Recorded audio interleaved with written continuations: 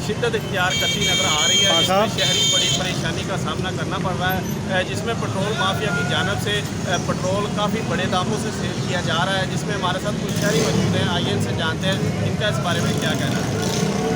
जी बिल्कुल, मैं सबसे पहले तो ये कहना चाहूँगा कि जो हुकूमत ने ओगरा की मंजूरी से ये 74 रुपये 90 पैसे पेट्रोल दिया है, सबसे पहली तो बात यह कि ये अवाम की पहुँच से बहुत दूर है। कम से कम प्राइम मिनिस्टर साहब को ये चाहिए था कि अगर इन्होंने ये कैबिनेट में ये फैसला करवाना था तो कम से कम आप अपनी कैबिनेट से पूछते तो सही।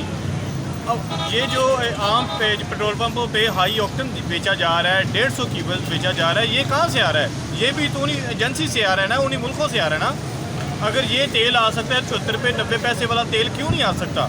अब अवाम को खुदा का नाम है, अवाम को लूटना छोड़ दें। अवाम पहले कोरोना की वजह से बड़ी परेशान है, अब आपने पेट्रोल की शिद्दत अख्तियार करके हमें और मुसीबत में डाल दिया।